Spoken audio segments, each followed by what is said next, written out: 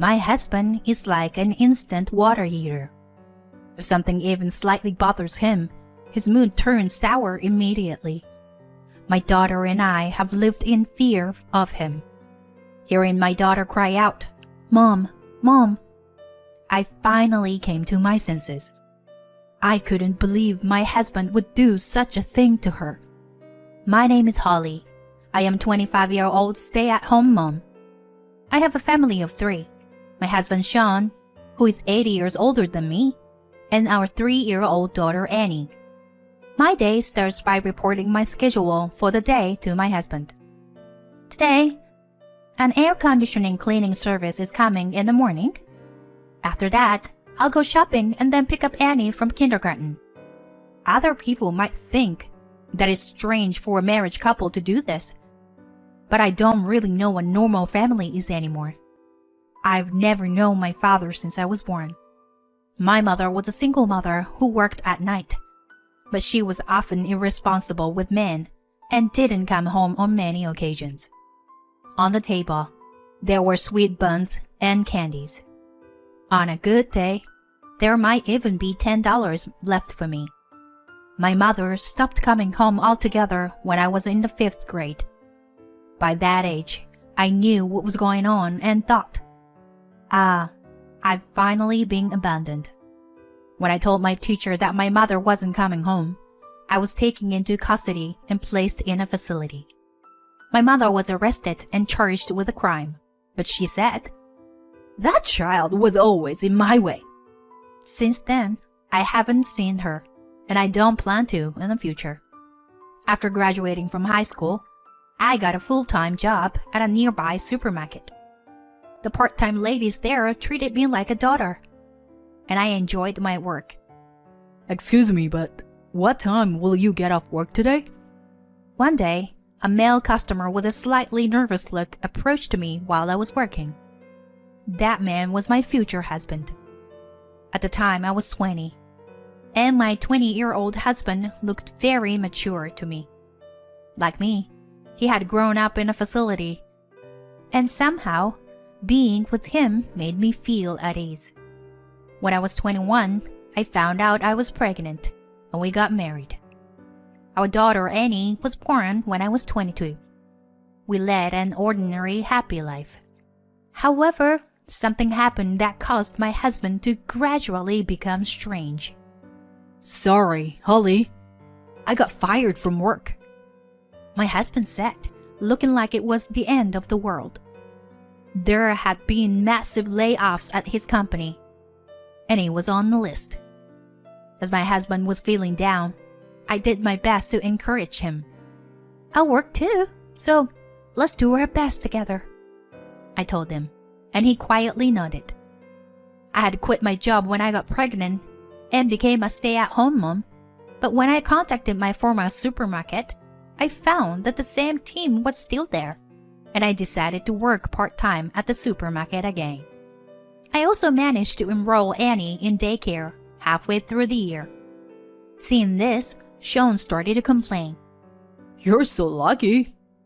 Everything goes well for you. I can't even find a new job. Although we received unemployment benefits for a while and didn't have any financial troubles, I knew it wouldn't last forever. Looking back, I think my husband was panicking at that time. Whenever a rejection notice arrived, he got irritated. And maybe I was putting pressure on him without realizing it. But a month later, he did something outrageous. You don't have to go to work from tomorrow, my husband said when I got home from work. I didn't understand what he meant, and I was stood there frozen. He continued. I got a job. It's through a friend, but the pay is better. So you don't need to work anymore. Really? Congratulations! But I think I'll keep working part-time, since I've come this far. I didn't mean any harm when I said that. I enjoyed working outside, and I knew Annie would need more money as she grew up. But my husband glared at me, slammed the door, and stormed out. In a matter of a minute, he returned in a good mood. That night, I received a call from the manager of the supermarket where I worked. Your husband came to the store today and yelled loudly. Is it true that you wanted to quit your job? I couldn't believe what I was hearing. I told the manager that I wanted to continue working, but he said, I really appreciate that, but after seeing what happened today, I'm sorry. Some of the employees were frightened by your husband's presence. So please understand. The manager apologized several times, and I quit my job that day. After taking a bath, my husband was drinking water, and I asked, "Why did you do something like that without asking me? Is it true that you caused a scene at the store? I told you I wanted to keep working." At my words, he slammed the glass he was holding down hard and said, I just told them you won't be coming from tomorrow. I didn't cause a scene. That's an exaggeration. My husband's loud noise made Annie cry. He wasn't always like this. He used to be so kind. You've been acting strange lately. I can't live with you like this. I'm gonna live with Annie. At my words, he sighed and said, What can you do on your own? You barely have any education, and you have no home or anyone to rely on. It hurt, but what he said was true. As I cried, Annie looked at me anxiously and patted my head, saying, "It's okay. It's okay." The next day, while Annie was at daycare, I went to consult with the police. I'm scared of my husband. But I hadn't been physically abused, and I didn't have any injuries or bruises. An old male police officer said to me, Things happen in married life. Try talking to your husband a little more. He didn't seem to take my concerns seriously. As I walked alone, thinking that this was how the world was, an older woman approached me. "Hello, Annie's mom? Are you alone today?" She's Sally, who lived in the house across from our apartment. She lived alone in a big house. Annie was very fond of her and called her grandma to play with her. When I apologized, she said, I'm happy to be called that, so it's fine. She was a cheerful person. My husband had a good public face, so she said he was a wonderful husband. But he said to her, That lady is a bit too friendly. It's better not to get too close. Since then, I had been letting Annie play with her when my husband was not around. Recently, my husband had been unemployed and always at home, so it had been a long time since I talked to her. My husband is at work and Annie is at daycare, so I'm alone today. She looked at my forced smile and said, "Oh, is that so? Then, would you mind accompanying me for a while?" She forcefully took my hand and invited me into her home. Her garden was filled with colorful flowers, like a flower field. It was so beautiful that I unconsciously shed tears. I love flowers and enjoy having tea in the garden like this. But it's lonely when I'm alone. Today is nice because you are here. What's your name? Holly. I answered and she said, What a lovely name. From that day on, I became Holly instead of Annie's mom. When I returned home, my husband was already there, and I unconsciously trembled. I told you not to get along with that old lady, didn't I? Why don't you understand? He kept asking me, and I was too scared to speak. I could only say, Please, divorce me. Fine. But leave Annie. What can you, an unemployed person, do?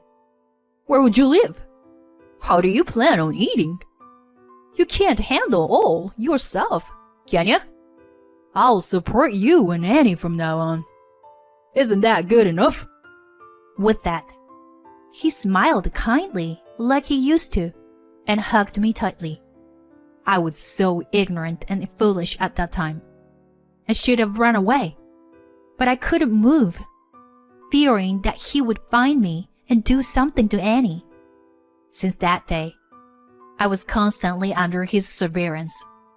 From now on, report your plans for the day.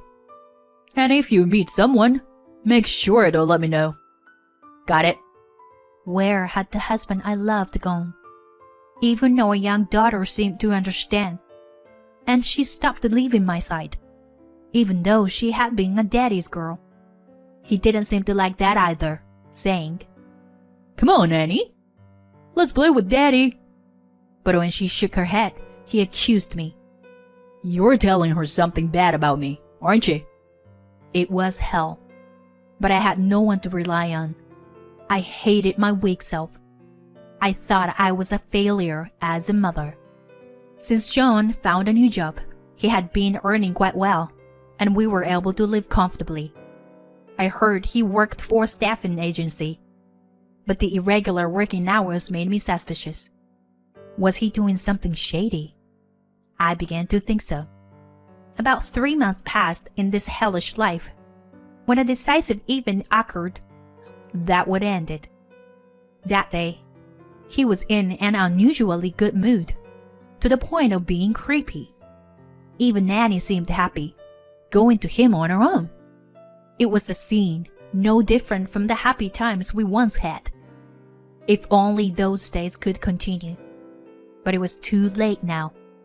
While I was preparing dinner, my cheerful husband said, Holly, I'll give Annie a bath today. Annie, let's take a bath together with Daddy today. Yay! She was so happy because she loved her kind daddy.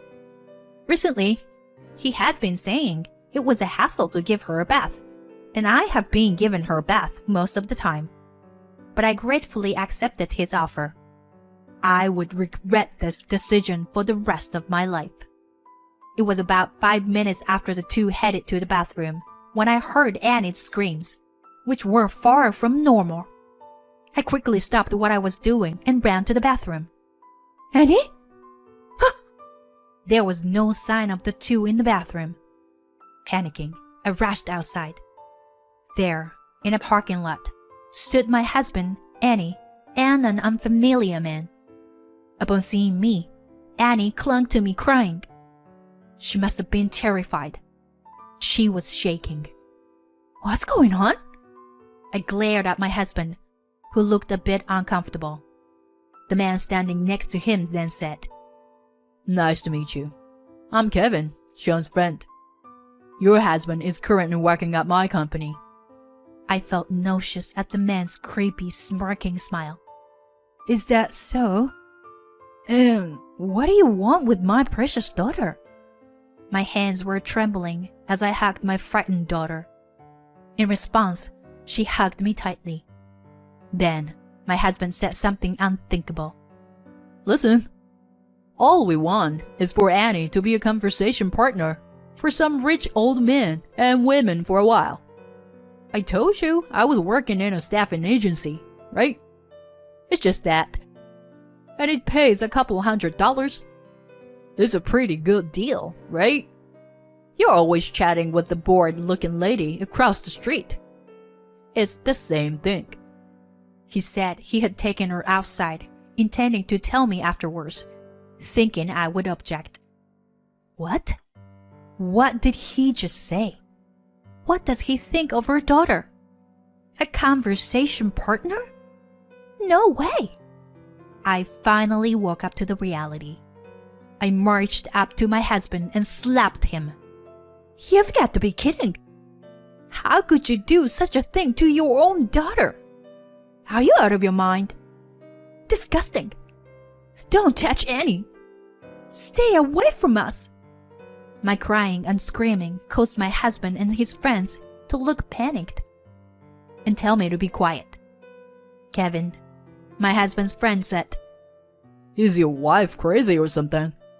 I'm going home. That's when it happened. Excuse us. May we have a moment of your time? 2 police officers were standing there. Seeing the officers, my husband and Kevin's faces turned pale in an instant. We received multiple reports of arguing voices. Tell us what happened. When I realized Annie wasn't in the bathroom, I thought it wasn't an ordinary situation, and I called the police while running down the stairs of the apartment. The two men started to resist, shouting, We didn't do anything. Let's go. As the police officers calmly listened, they were taken to the police station. A female police officer who came to help later asked if I was okay, as my body was shaking so much that she worried about me. When asked if I had any family members I could rely on, I could only shake my head. Then, from behind, Sally, who lived across the street, called out, Holly? Annie? Annie, who had been clinging to me, hugged her, exclaiming, Grandma! After the female police officer and Sally talked for a bit, Sally kindly invited us to her house. My tears wouldn't stop at her kindness. Seeing me like that, Annie said, Mommy is crying again. There, and patted my head. I hugged her and said, I'm sorry. Thank you for comforting me. And managed a small smile.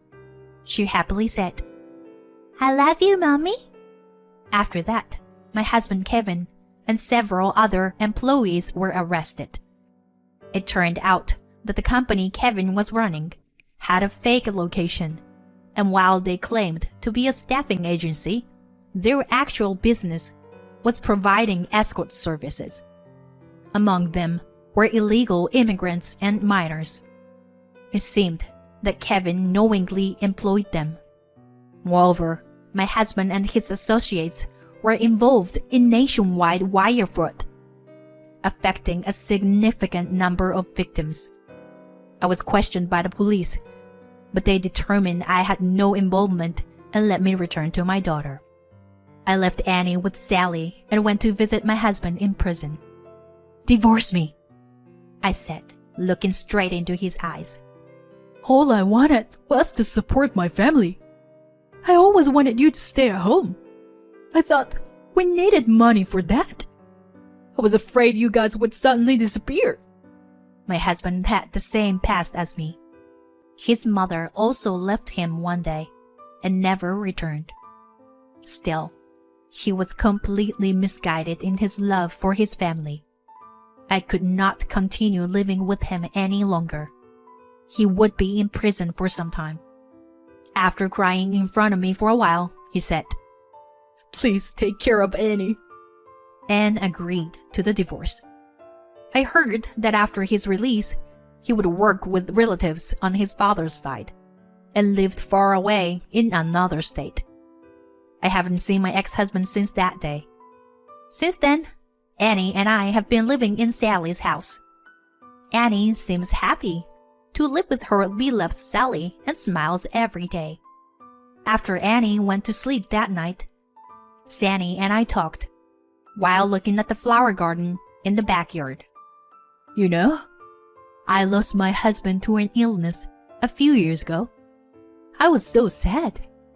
We didn't have any children, so it was hard being alone. But the people in this area are so kind. They encouraged me a lot. How about for you? I couldn't stop my tears at her words.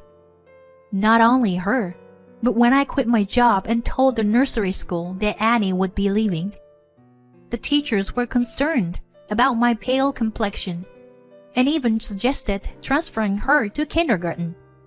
The owner of Sally's favorite flower shop and his son gave us a bouquet of flowers, saying, Put this up in your house, if you would like. And the son, Mark, gave Annie candy, saying, Here, eat this. Even when I went shopping at my former workplace's supermarket, as a customer, the manager and part-time aunties ran up to me and said, You are not being mistreated by your husband, are you? You can always rely on us. The people who reported the situation to the police that day were our neighbors, including Sally, who were worried about my daughter and me. Everyone was so kind. Crying, I told Sally, I've always been told my mother not to be burden to others, so I didn't know how to rely on people. That's why. My mother always glared at me. I have no memory of her smiling. When I was in 3rd grade, I had a fight with a friend, and my mother was called to the school. On the way home, she told me, "Don't be a burden to me," and slapped me so hard my cheeks swelled. Since then, I've lived my life trying to read people's faces. As I sobbed and spoke, Sally gently stroked my head and listened quietly. "You are only 25 years old. You still have a long life ahead of you. And you are Annie's only mother. She has no one else to rely on. It's okay to ask for help when times are tough. People can't live alone." With tears in my eyes, I replied, Yes, thank you. After that, I started working at Sally's favorite flower shop. The owner had lost his wife early and raised his son Mark on his own. Mark and I were the same age. After working there for several years, Sally said, "So, Mark, when are you going to confess your feelings to Holly? You'd better hurry, or someone else will snatch her away." I went to all this trouble.